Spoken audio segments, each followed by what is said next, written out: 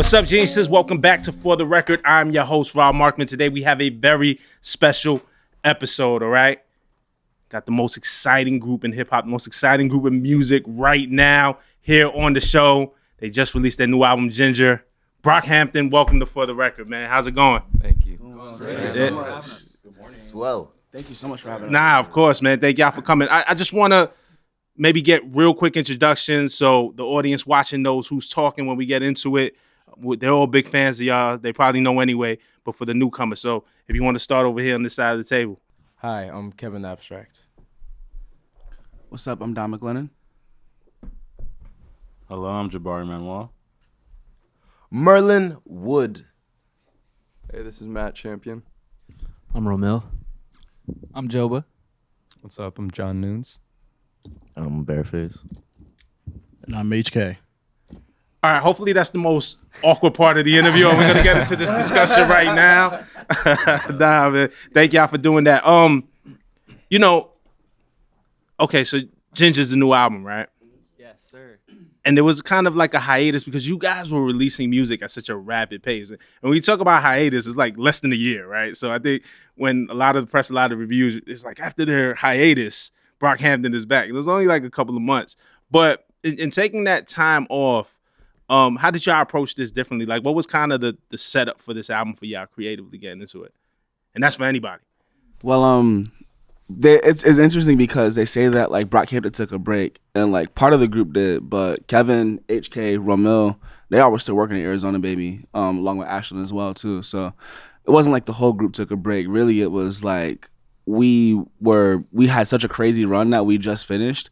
And some people wanted to just take a small step back, and some people didn't want to take that step back yet. You know what I'm saying? So like, had the freedom to follow through and do like he had to do what he wanted to do and stuff like that as an individual artist. You know, so it's kind of funny to even hear a hiatus. You know what I'm saying? Because it's like, you know, in that 6-month break, halfway through it, he put an album out, and like that album definitely is a representative of like all of us as well too.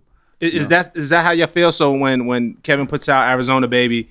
And even though it might say Kevin Abstract on the thing, you guys still treat it as a Brockhampton collective. Yeah, I would say so. Family. Dope. But it wasn't even like, I wouldn't even say it was just Kevin, HK, and I who didn't take a break, because Bari was working on beats every day. I was hearing something new from him all the time. Merlin was recording all the time. I guess it was a break in the sense that it wasn't a focus like, okay, we're working on the next Brockhampton album. It was just kind of like break from like group activity, but everybody was still doing something the whole time. I felt a bit disconnected in a way from the group. So like I think towards the end of making Arizona Baby, I got lost in a way, and I didn't know how to finish it.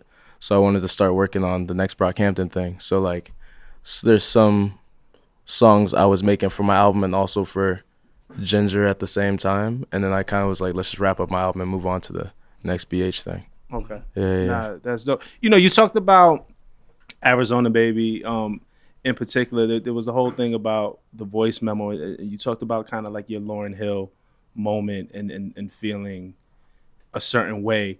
How does that relate to kind of where you go? Is there more of a comfort within the confines of a Brockhampton traditional album? Yes. Also, we were just talking about this outside. Like, I think I'm trying to get better at like managing my own expectations, right, and knowing the path I'm supposed to be on and we're supposed to be on. You know? Right. Y'all know what I'm saying? Yes. I know. You got it? Absolutely. Oh, well, what are y'all like? What are the expectations that y'all have for yourselves, even going into something like this? Just, I mean, we always say like, oh, we want to be the biggest band in the world, biggest boy band, blah blah blah. But like, you know, the stuff we make isn't really like, it might not always lead you there. You know what I mean? right. But we make like we follow our heart. You know, so I think that's the most important thing. Mm-hmm. That's the one thing about this album that it feels very heartfelt. It feels very genuine. You know, y'all are open about your, depression, how you feel mentally. Like, I say depression because a few members mention it on the album. Mm-hmm. The beats lend itself to kind of that mood. And I was wondering, two, like again, like where does that all start? Do y'all come in and when you start Ginger, right? Do you say, hey, this is kind of what we want the album to be? This is the theme. This is what we set out to do, or is it just get in there and create, and it's what comes out naturally and takes form without you having to talk about it or put it on the whiteboard? I think this one was our most focused because it's the most we talked, I think. Every Friday we do this thing called Friday Therapy. We sit in our kitchen in LA and we just talk about whatever it is we're going through, right? And like through those conversations, I think we learned a lot about each other, and that found its way into the music. Yeah. So what's the number one thing maybe y'all learned about each? Jabari, maybe I'm gonna start with you, man. Who did you learn the most about maybe during those sessions and during this time? I would say probably Kevin. Yeah. I kind of understood where his mind state was for making an album, making Arizona Baby and stuff like that. I kind of understood the things that was like plaguing him, which I felt like brought me a little closer to him, Yeah, I'd say so. That's dope. And how's that, because you and Ramil do the bulk of the production. Kiko too. Huh? Kiko too. Kiko too. Yeah, shout out to Kiko. Shout out to Kiko. How does that affect the beat? Because you really lay a sound bed, right, for these emotions to come out. Like, if you're making a certain type of beat, it's like, damn, then I can't write to my heart the way. Facts. So it kind of, Facts. The album sounded like maybe what Kevin was feeling or what Dom was feeling or what Matt was feeling, but in sound form. You know what I'm saying? I don't know. I feel like a lot of times with the sound, though, I would say it starts with me, like however I'm feeling. Then one of the guys might interject and be like, okay, this is how I'm feeling right now, and I try to work my way, mesh into both worlds, like find a nice balance between how both of us feel, so it could be a representation of both of us, per se. Absolutely. I feel like providing the sound bed for like everyone's thoughts and all that is super important, because like there's a lot of times I might make a beat that might be hard to me, but depending on the vibe that they on, is not gonna hit. Right. I just got to do something new, So I'd say the sound bed is very important to the overall getting the guys to be clear with what they want to say and how they want to present themselves to the world. Right. Yeah. How we hear album sequence is not exactly, you don't record track one, like nobody records like that. So No Halo wasn't necessarily, it's the first track we hear. It's not necessarily the first track that was recorded. Where did this album start? What was the song that kind of set this whole thing off for y'all? Boy Bye, set the tone, I'd say. Yeah. They both made Boy Bye. Yeah, that was like a session that Jabari and I were just running after like a conversation with the group, and one of our first conversations as a group, and with Shia and stuff like that. After that, Jabari and I just like locked in for like 5 or 6 hours and made a couple of tracks, and Boy Bye was the first one. Right. Yeah, that was a crazy experience. Super, super fun. Boy Bye, I mean, it's funny because again, y'all speaking about deep stuff, but Boy Bye is like one of my favorite records on the album. Like, super playful. Yeah, like but at the same time, it's like you again, you still talking about how you feel, but then there's the raps in there. Like, it's all intentional, super intentional. Yeah. Like, I remember Ian was asking me, or Kevin was asking me at one point, like, what was the like the ethos behind like the style of how you're writing your verse? Because I had my verse written and Merlin wrote, and that was like our original demo, right? And then you had added to the demo after that, right? I think that's how it went. I think it was you, then Matt. Oh yeah. Sorry. But yeah, when you asked me that, I was thinking like I wanted to do something that mixed like the playfulness of like a song like Gucci Gang with like the seriousness of a song like All Falls Down. Right. But All Falls Down has this playful self-consciousness to it. You know what I'm saying? Like it's not like too serious to the point where you can't play it at a cookout. You know what I mean? But also like what he's talking about is entirely thorough with his insecurities. Right. You know what I mean? So like that's where I came up with like the like fun stuff. Like everybody asks me how I deal with my depression, man. Look, I don't got to answer your question. Right. You know what I mean? Like it's just like me being honest with myself and honest with the world. Right. Nah, and it's hard the way you were, and then just the lyricism, like even you, Dom, and I enjoyed just the rap fan in me, the way you was really going in, and all of y'all, but like Dom, I go Johnny Cochran when I'm raising my defense, man. I feel like Michael Keaton when it starts ascending. Like, you know what I'm saying? Just like the Birdman reference, the Michael Keaton thing, and like that was a hard bar. Even Matt, like, I'm like Kirby, I don't take damage. Like, you know what I'm saying? Like it's like a simple thing. Like as heavy as this album is, and like there's like just pure moments. Like if you're kind of a rap fan, it's like, yo, I get that because I'm on Super Smash Bros. And it's frustrating. It's like, yo, he just don't die. Like seriously, yeah. And a lot of the album isn't like this, but again, as a rap fan, I kind of ask these questions, especially to collectives, right? A lot of it has to do with your feelings, but a song like Boy Bye, is there a competitive thing? Like, do you hear Dom's verse and be like, oh, he got off? Like, For sure. Nah, you know, I need mine too. Like, it's definitely a drive when somebody writes a verse before you and it's really, really good and inspiring, because then it just pushes. I think we all push each other over and over to write the best we can. Right. It just helps to have like almost a battle with everybody, but it's friendly and to that point, you're equally proud as you are inspired. Like when your friend just bears his heart and he snaps, and you learn something about them and yourself through it. Like it's really inspiring. I want to get to this side again too, because we could all kind of chime in and you know, I want to know about y'all experience, because I think y'all experience in creating this album helps us as the listener. We had about a week to kind of sit with it and absorb it, and then when we start sinking in and you start breaking it apart, hearing y'all experience, I think helps us understand it better, helps us connect to it more. For sure. So I'm gonna go to Bear because I like your shirt, dog. You got the Fire Juice shirt. That shit's so hard. What was the best part about making this album for you? For me, I definitely like kind of like felt more confident with myself, like, and was definitely getting more relaxed with like recording, especially like in the setting of like Brockhampton. So that was definitely fun.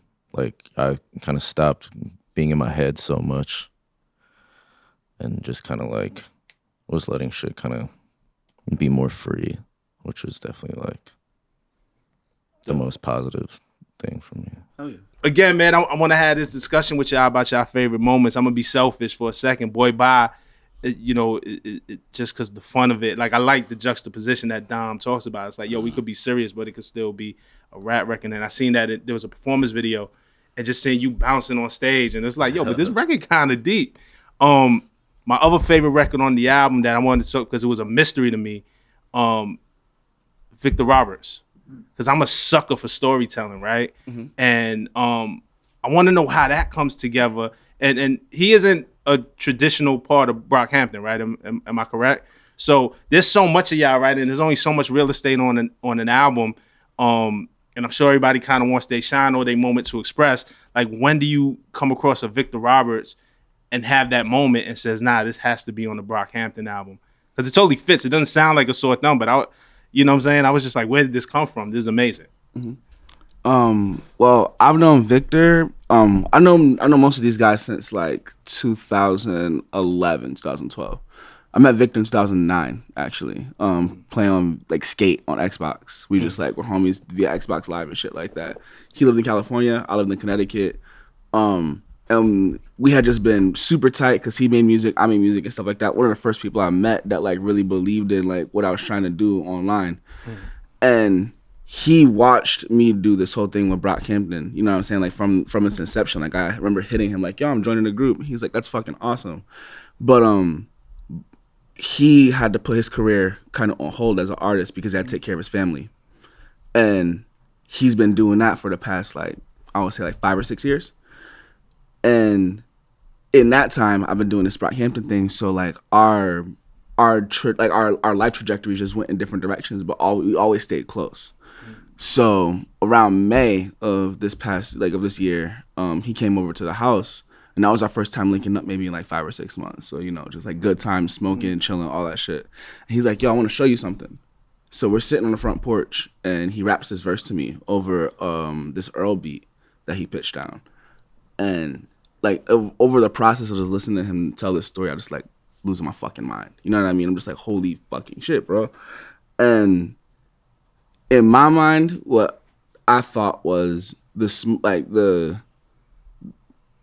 I'll be a fucking dick if I didn't pass the mic to him and give him a chance to like tell his story to the world. Like we went so hard building this platform for ourselves. the most appropriate thing for me to do personally for my mission is to put my money where my mouth is and help people realize what they're capable of. Right. So in that moment, I was like, yo, like, let me help you record this. Like, let me like get you in the room with Romeo. Let's get you as comfortable as possible and let's make the song happen. And like everybody was down in the group. And like it was to the point where I was like walking him around the house, like having him rap it for Jabari or having him rap it for John, like all these different people and stuff like that. And then by like, and Kevin was doing 1999 at this time. So by the time Kevin got back, it was like he had heard about what was going on. I brought Victor over to the house. He met Victor, and then we recorded it that night. And then Romeo added like this other type of production around it that took the Alchemist and Earl beat out, and then they added Ryan's vocals in, and Karen added his vocals, and like I'm pretty much in the room fucking crying at this point, honestly. Right. You know what I mean? Because like this is like my brother. You know what I mean? And like this is like his first time getting like a chance to like rap in a real setup on a real microphone. You know what I mean? Like, and it's a real story that happened to him when he was 6 years old at Silver Lake Motel. You know what I mean? And just for the audience, you should listen to the record. It's an amazing record, but it's a story about a young man who sees both his parents get arrested in a drug bust for whatever drugs was held in the crib. Yeah. But they were holding a bag for a friend, didn't know what was in there, and didn't even look in the bag. Didn't even look in the bag. Yeah. And you get your parents taken away as a young man. I think it's a reality that we see all too often in America amongst Black and brown children. You know what I'm saying? Yeah. And it's what one of those face and what they grow up to face. And it's one of those stories that you might see on your timeline every now and then that somebody retweets because they feel compelled to tell that story, but very rarely do you hear people get the opportunity to, like I said, like have that mic passed to them and like artistic and creative platform. And I was like, yo, like you deserve that. I know you well enough to know that like you deserve the opportunity to tell your story, you know? And I think just the story you told of how accepting you all are of just somebody telling their story on the Brockhampton album and giving them that platform, right? It's kind of indicative of how the group works, and I think how your fans embrace you. Because I think when we look at Brockhampton, we could see ourselves because it's not about race, it's not about sexuality, it's not about what city you're from. Like y'all actually came as a collective, you know what I'm saying, with whatever differences y'all had, and make music on one accord. And so I think when we see y'all on stage or we hear the albums or we see the videos, you can find at least one member that you connect to, if not multiple, and be like, damn, I feel a part of that. Absolutely. So maybe one day I could be a Victor Roberts, or you know what I'm saying, I could be a Dom, or I could be a Kevin Abstract, or I can make beats like Jabari because I see them do it. Yeah. You know what I'm saying? Or like even oh, sorry, go ahead. No, go ahead. And if you make a beat or if you sing on a Brockhampton track, then like you're a part of Brockhampton too. Yeah. Like Ryan Beatty, who's also featured on Deb Never, Victor Roberts. Yeah, absolutely. And like to your point with that, like if there's anything that I hope people can take from it, I hope that more people utilize their platform to pass the fucking mic. You know what I mean? Like you don't have to be in Brockhampton to create an extended family of people that support you and you want to support them, especially if you have a platform for yourself or you're in the process of making one. That's only good. I think that only helps amplify your platform, my personal opinion. People get like scared of like the idea like someone taking that shit away from them. I have no like fear or idea competition in my heart for any love that Victor's getting right now. I want him to have that love. You know what I'm saying? He deserves that. Kevin, because I love that point, I'm gonna throw this question to you. In kind of putting this group together in the very early days, you guys label yourselves a boy band, obviously very different from any boy band that we've ever seen. If you go, from the Beatles to New Edition to Jackson 5, Kevin, I seen an interview where you said that the good brother Shay Pope said that you reminded him of the RZA from Wu-Tang, and then you read up on that. And there's a dynamic that's very similar in all kind of boy bands and bands of y'all nature, but this dynamic that Dom is talking about, this inclusive, this willingness, wanting, yearning, feeling this responsibility to share your platform with others, I think is what separates y'all from everybody else. Was that the plan early on? Yeah, for sure. I'm just like super into collaboration. I feel like collaboration leads to like a lot of beautiful things, and putting a bunch of unique people in a room, like-minded people, and also people that don't really think alike could lead to something like this. I'm just really happy it fucking worked out, you know. I want to talk about 2 records, Heaven Belongs to You and If You Pray Right.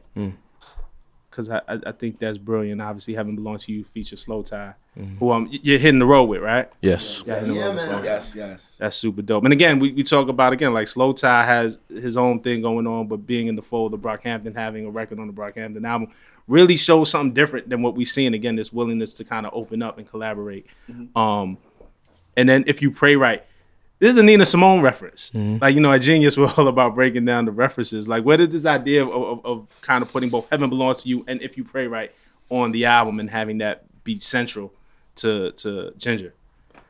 I was just at a low place, and I was listening to that song a lot, and it led me towards like some sort of hope or light, you know what I mean? So I kind of just thought that'd be a good title to have on the album, or like it would fit there somehow. And we had those songs, and I had the titles in my head, and it just made sense for those 2. Right. Which is basically the same song. Right. Sorry. Nah, it's all good. And I think it was on IG. I seen that we see some in the old interview. Shia also said that he listened to this song a lot. Yeah. That's how I found the song. Through him. I've read every Shia LaBeouf interview, like ever. I need y'all to explain something to me, and this is not, I'm not even being funny, right? This is, look, grew up hip hop as fuck. I'm from Brooklyn, New York, and I'm trying to figure out, I don't know Shia, I never met him. But it's like he's behind like inspiration, like with Kid Cudi shit and his relationship with Cudi and Kanye and Brockhampton. From looking at him, I went, no, but is Shia hip hop as fuck? Is this what you're telling me? 100%. Very hip hop. Very. Yeah. He's definitely like a student of like the world of hip hop. Right. Intense student. Yeah. Come on, man. Hip hop as fuck. Sway's my big brother, man. And so I remember when that went viral. It was funny. They tried to hit me up for TMZ. They were like, yo, what do you think of Shia rapping? Because I think they thought, because again, I'm the hip hop guy, that I was going to shit on him. I'm like, if he want to rap, let him rap. Like, it don't stop nothing that we doing. But it was just funny. I've always wondered what it was about him, but he's always kind of behind or it's like tangentially related to like some really dope shit in the past couple of years. I think that one of the things that I identify with specifically regarding with Shia is Shia's part of a major industry, but that major industry never really accepted him for exactly who he was. Right. Unfortunately, like there's all the, like when you look at like people talking about young Shia LaBeouf, they don't have many like great things to say about him on a physical level, and it's fucked up because he had to deal with all that shit when he was a kid. You know what I'm saying? Like him not looking the part for the shit that they wanted, like that he was fitting in. That's like he's doing Brad Pitt shit, but he doesn't look like Brad Pitt, and like the world wants to tell him that over and over again, and the world wants to tell us that we're not a boy band all the fucking time, even though we know we are. You know what I mean? And it's like there's a lot of parallels there in the sense of like, yeah, you're a part of this industry, but you're an outlier in it. And even though you're an outlier in it, everybody knows that's in that circle that you're fucking great. They just won't tell you, and they won't tell the world either. The world has to find out. Right. It's really interesting. That's hard. I get it. HK, you real quiet over there, my brother. Good morning. What's up, man? How you doing? You deal a lot, as I understand it, on kind of the visual side of it. Yeah. How do you take, with the merch and the new merch coming out, like looking fire, and obviously you're about to hit the road, so I'm sure set design is a thing, and music videos. At what point do you step in the creative process and start to shape what this whole thing looks like with the fellas as they're putting it together musically? Well, I work a lot with Ian on like. Oh, my bad. We're gonna run that back. Well, actually, I work a lot with Kevin on everything, like visually, like making sure that like everything is tight knit and pushes the vision as far as we want it to go and keep reaching. We normally do that at the very beginning though, before any music's made. Oh yeah. He helps us like see the world so we can make the music to fit inside that world. For sure. You know, like you build the world first and then you make the music to fit within it. Yeah. So go ahead. Like for example, like for Ginger. And Saturation. Yeah, the first thing we like did the was art- make Oh yeah, the art. Saturation. before we Like, even made any music. if yeah. anything, like for Saturation, we're just like just looking at things and like seeing what fit and what did Saturation look like, and then we started piecing things together in Photoshop, and then we're like, oh, this is what we should run with, and then we announced it on Instagram, and they're like, all right, cool, let's start Saturation. Like we saw it in our heads, and then let the people see it, and then we're like, all right, let's like build this world out how we want to see it. And then same with Ginger. I remember we were I remember right when we finished like Arizona Baby, Kevin wanted to Gotta get it right. Let's have a team meeting, bro. Let's gotta get the names right. Right after we finished Arizona Baby, and like we were trying to figure out what Ginger was, we sat down and we were like, man, let's put this gold plane on stage. Let's visualize everything, and then let's show the guys, so that maybe like we could kind of explain what Ginger is visually, and then that like it can kind of like be like the like the visual marker in their head for like what Ginger could possibly be at the moment, whatever it is at this time, before it like starts growing and branching out into like different ideas and stuff like that as it goes on. So it starts with the visuals. Yeah. What was the purpose behind the album cover? Oh, what y'all trying to express? Man, just being honesty and vulnerability and just the album cover could have gone so many different ways. It could have like been this like gritty, like grungy kind of like vibe that like the single artworks like we're taking on, but we kind of like leaving people like with a hard left. Mm-hmm. And I'll say. But it's good. It's fun that way. It's like I like looking at it and not getting it, or having to figure it out, or having to sink in, right, or listening to the album 10 times and then you have the eureka moment where you like look at like you'll like listen midway through and then you look at the cover like on your phone and you're like, oh, it makes sense. Yeah. And like we go off our intuition, we go off our gut, and we saw the photo shot by Adrian, and it was like what was it in? It was in Oslo, Norway. Yeah. Who was it? Who in the photo? Oh, it's Wes and Joba. It's not John. Yeah, people think it's. Like, what do you say, Karen? What do you say, Bareface? People think it's like Joba's brother or something, but it's Wes, and he's part of the creative team. But it's supposed to be honest. We want to like it just look cool too. Like we just go off our gut. And beyond that, it didn't just look cool. There was a great. It was a great story. There's a story behind it. The actual story behind the photo, I have no idea because I wasn't there. Mm-hmm.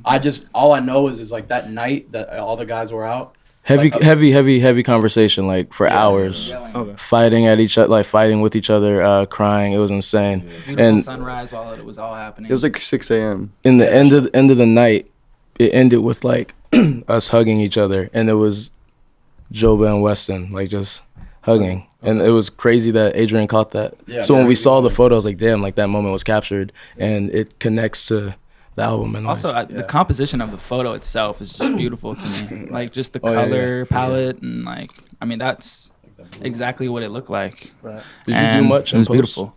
I tweaked it just a little bit. Like I didn't like it came. It was a little flat at first, but like I didn't do too much. All I did was just add the text and like a little bit of texture and like a little bit of photo correction. But like I didn't do anything. Like I kept the photo as is. I love how personal it is. Yeah, right? Dude. It's like. Like again, like this is me. Like I still have no idea what happened that night. And I remember we were in like the hotel lobby, like same breakfast. Where were you? Never in Oslo. No, the photo was in Oslo, but I remember the day we were in the Belgium. Where was it for like 3 days? Brussels, Berlin. My bad, Berlin. And everybody's looking at this photo like oh, this is the one. And I'm like, I have no context of this photo. Like I just have this photo, and everybody's like, man, this is the one. Like you got to do it. I was like, all right, like I'll just go with it because everybody else loves it too. Like I remember like that night, let me make it the best version of what it is. Yeah, the night that photo was taken, I think it was like me, HK, maybe like one other person that didn't go out that night. So like we're all waking up, like going to breakfast, and they're already all downstairs, like eating food and shit. Like we're just like, what the fuck is going on? Like it was crazy. And come to find, it was like that was funny. like just an intense moment that like ended with love. That's dope. That's dope. Simply put. And you know, again, kudos to y'all for being able to capture that moment and then the willingness to share it. You know what I'm saying? And like I said, as the listener gets context or partial context, and you know what I'm saying, it's that feeling behind it. Now it means something more. You know, that's a piece of vinyl you might want to get and put up on this wall when the vinyl comes out, or a poster and hang up on your wall now because as a fan, you know it means something. You know, one of the records I want to get into, if we can, Dearly Departed. You know, I think the response to that record, or kind of the way that record's been read, right, is that it was a response to Amir, the allegations against him, the broken bonds, and just the overall effects that it had on you guys individually and as a group. And, you know, Genius, the annotations, you know, the fans do the annotations, and that's the reading, the interpretation. A lot of different press and media and fans on social media have read it that way. I don't like to assume.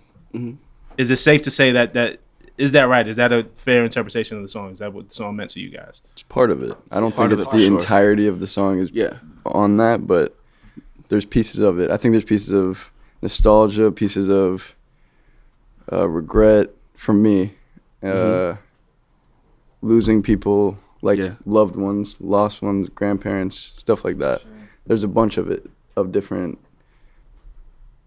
moods in there. So I wouldn't say that's the main thing, but it's definitely all mixed together. Absolutely. Something else I think is worth clarifying about that track and how it was recorded is, you know, the way and the order we appear on it is the order we recorded. Wow. Yeah. And like Ian threw his shit down. I came in, started writing, or Kevin, I'm sorry. My bad. You know, that's what Level do, man. That's all I love, man. I just like to make lighthearted moments, man. Yeah, for sure. Man. But I don't even know where Dom and Matt were when we did that. And then when he wrapped up and I recorded, it was just me.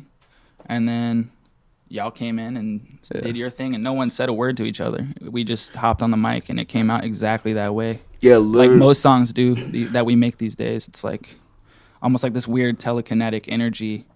But are you feeding off of what you hear on the track, even though you're not there with maybe Dom when he records? In hindsight, when I hear it back. Yeah, I definitely was. I mean, I think that like that song is as complicated as life is, if that makes sense, because it's layered. You know, it's tiered. There's and it's totally fine for it to be that layered and tiered. You know, like one person can miss someone that did someone else wrong. And it's totally fine for them to miss them, and it's also totally wrong for that person to feel wrong. None of those things are invalidated in the moment, and the fact they can all exist together is like, I think that's what makes us us, right. And like what makes that piece of work so great. You know what I mean? Because like, I remember, I think I was late to that session actually, and everybody had their stuff laid down basically, and I'm sitting outside like just rolled up smoking, and Romeo came in and was like, "Yo, you need to hear this. You would fucking body this shit." And I was just like, okay, sure. And I go in the room and I'm like listening to what everyone's saying, what everyone's talking about. And really like what went through my head was I've seen a lot of people that aren't even part of our group have an opportunity to speak on the situation. People in our group have spoken on the situation. I've never said my piece. So I took it as an opportunity to. You know, is it easier to say it in the verse than it is to talk about it? In general, too, and with all the stuff that y'all deal with. When we first recorded that, it was 1,000% easier for me to articulate my feelings into that verse than it would be to like have a conversation about it. But now that we've had conversations about it, I definitely can. Ramil, what did you hear in the song that you knew that Dom would kill? Because no disrespect to anybody, but I think the way Dom comes on the track, the emotion, and then obviously it's accented with, you could hear the headphones being thrown down or microphone or something. Yeah, Dom had to buy me new headphones because he broke mine. I'm so sorry about It's okay. So he really broke the headphones at the end of that verse? No, all that shit is real. That shit's real. He threw the mic down, the headphones got thrown down, like everything you hear is real life, what happened. And that's why I say like a song like that is as complicated as life is. Right. You know what I'm saying? The song just started with, I forget what I was doing. I was on YouTube just trying to find the most obscure songs, and I came across this one track I really loved, and we just threw it on. I was like, you guys should just rap on this. It sounds awesome. And Ian did his verse, and I loved how he approached the song. Shit is incredible. Sorry, Kev. Kev. I'm using it as a joke now. I'm gonna stop. Kevin, we can do some movie magic and cut. Kevin did his verse, and I love how it just felt like it was a conversation, like he was just talking to you. Incredibly honest. Right. And then Joba did his bit, and then Matt, and it just kind of felt set up to be like something where I feel like Dom could kind of put the icing on the cake and like finish the song. Nah, that's dope. And then you have this line that I got all my thoughts out on records y'all won't ever hear. Mm-hmm. How much do y'all all record? I feel like verses, and then what do you decide to put out? What do you decide is like this stays in the vault? This is too much. The people need to hear this. And this is a question for everybody because I'm sure that there's way more stuff being recorded and made than we actually hear out in the world. For sure, yeah. I mean, yeah. Like for clarity, the reason I also say that too is because there had been a lot of time between us and between that event happening, us speaking on it, and then like speaking on it publicly. You know what I'm saying? And like, yeah, there's definitely songs that were made where it was like, I got thoughts out that were probably not as lucid and transparent as like that moment.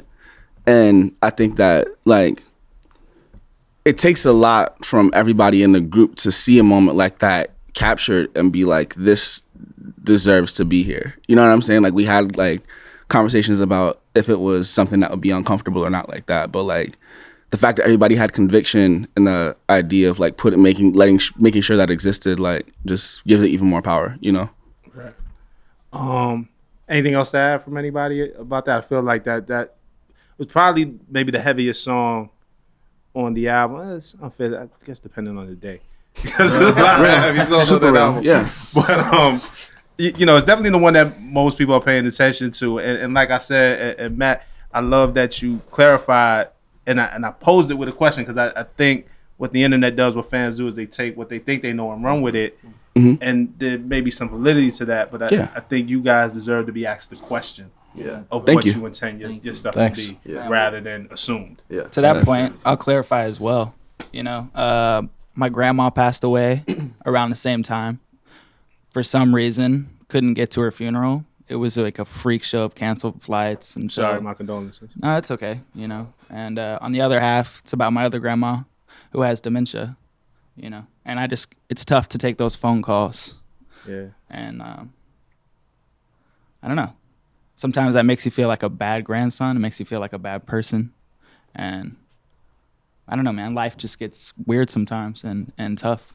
And then obviously, to Matt's point, the allegations and everything that happened amongst us had a little bit of a part as well, Right. But all rooted in heavy stuff nonetheless for me. And I'm gonna tell you right now too, like it's not even my cue card. It's a real moment. My grandmother passed away and she had dementia, and I know what you mean about how tough it is to take those calls. And actually, my father-in-law has dementia, and sometimes they're not the people that you remember, but you know what I'm saying. So, but you don't have to feel guilty. For obviously you're gonna be there because you love her, but yeah, absolutely, it's hard on everybody, man. So don't beat yourself up. Yeah, nah, that's dope. Thank you for sharing. You too, man. Nah, for real. Ramil, does anybody have anything just they want to get off their chest? Because I'm gonna move on from Dearly Departed, and I want to make sure that again, at least y'all had y'all piece. I love Bareface's guitar entry on there. Yeah, I don't think people, giving him much love, but I love it, man. Talk about it. Come on. That's just me talking to Bareface. This is not anybody else. I'm just talking to him. That's a mic. I really love the mic. Or I like the mic, but I like what you contributed guitar-wise, brother. Thank you. Thank you. Nah, man. Shout out to Bareface. Jabari, Ramil, I want to ask you because Ramil, you said that for Dearly Departed, you kind of found this obscure sample. And you went from there. An obscure sample that I found on the album, and I fancy myself a hip hop head. And on St. Percy, Ain't No Love in the Ghetto sample, I had to look that up because I didn't know where that record came from. Barry and I have a competition to see who can find the most obscure shit. You should ask him about Born Again. Right. Oh my God. Yeah. Oh. No, it's just I don't know, like just whatever means necessary to make the best song. Yeah, whatever adds to it, whatever like doesn't matter what it is. What could take it to the next level. Right. I feel like a lot of times with production, we view it as like, why not go this way? Like, why keep it going like A, B, C? Like, fuck it, I'm gonna go straight to like F, and then go to Z and go back to A, and like, why not do that? I feel like it overall helps, you know, like provide the world that is Brockhampton. Like sometimes it might not make sense, but it makes sense. Right. You know? Nah, it's dope. And again, it just goes for my appreciation. And I mean this sincerely. Again, I'm a hip hop head. I'm a little older than you guys. Like I was around in 1997. The record the record's cleared, right? Yeah, no, all the business handle, right? We cleared all our samples. We fucked this whole shit up. D-Flex, only God knows. There's also another sample on that song, but nobody talks about it. It's a Hurricane Chris sample. Oh yeah. Oh wow. At the very end. Y'all see how real it is? It's from a YouTube video. That's hard. Another obscure sample. Nah, it's dope. But what it forced me, because when I heard the thing, I was like, yo, it sounded familiar. I was like, I should know this record. And when I kind of went down the rabbit hole and looked it up and was on YouTube, I think the great thing about what this does is, you know, the audio that's for this D-Flex record that's on YouTube, all the comments now is here because of Brockhampton. Brockhampton got me here. That's how I found so much of the music I loved, because I love Kanye West and I love Jay Dillon, I love all these producers, and I'd be like, wait, how'd they make the song? And I'd do my research and I'd be like, oh, okay, this is the thing they sampled, and then from there I'll find 10 new songs and I'll just keep going. That's ill. Favorite producer of all time? Let's go. Ooh, that's a hard question. Jabari next, so go ahead. Well, I'm a stan, so my favorite producer is Pharrell, but that's just because not even just producer, just like as the idea of the human, like the idea of the person, Pharrell. That's like all I've wanted to be. That's hard. I don't know if I could say like one person, but I'm gonna say 3 of them. Is definitely. Nah, the question was one. Like, what are you doing? Whose show is this? Nah,